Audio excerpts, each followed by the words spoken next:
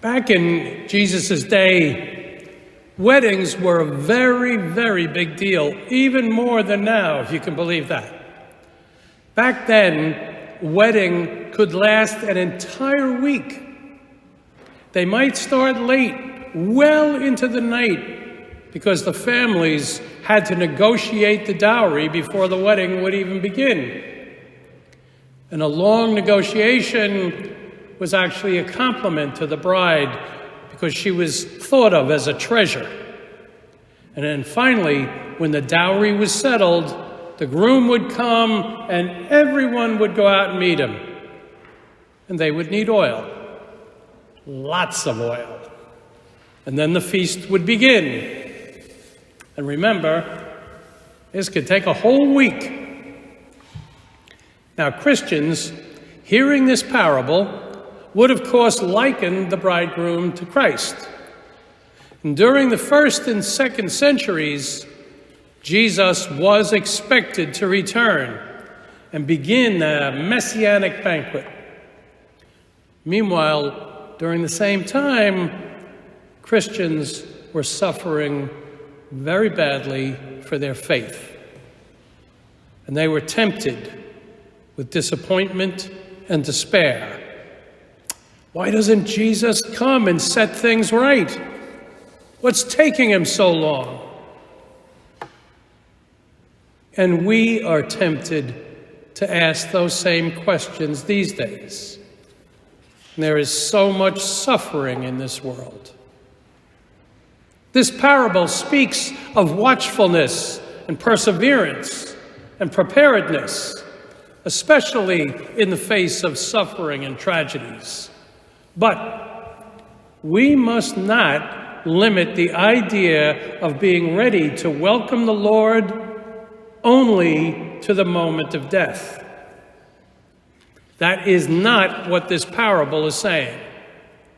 We have been hearing, and we keep hearing over and over, that the kingdom of heaven begins here and now. Christ comes into our life every day in so many ways.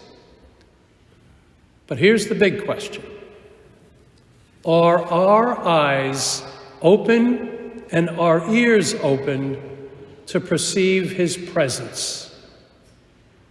Are we alert to welcome him and to respond to his invitation, follow me? The kingdom of heaven is present when the kingdom activity is taking place. When's that? It's when the hungry are fed and the thirsty are given water.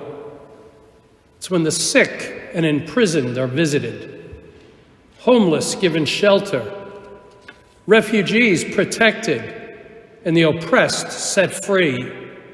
We do not have to wait for death to experience those things. In the kingdom of heaven, the bridegroom Jesus comes to us to form us and lead us to the full life which has been made possible by his death and resurrection. This parable is the second of 4 stories that Jesus tells us how we're supposed to live until he comes. We might conclude that the virtuous are those who stay constantly alert. But I'd ask you to note that those 10 virgins, they all became drowsy and all of them fell asleep because the bridegroom was delayed. The real difference between the wise and the foolish virgins, that the wise ones are prepared and they brought extra oil to see them through the waiting period for the bridegroom. And so we ask ourselves, what is the oil that I have in my lamp as I wait for the Lord to come? What do I need that will sustain me during those days, during the delay? And you know, I look around at many of you, And I know that you seem to sustain yourselves by regular habit of prayer. I've seen you do it. And you worship with others.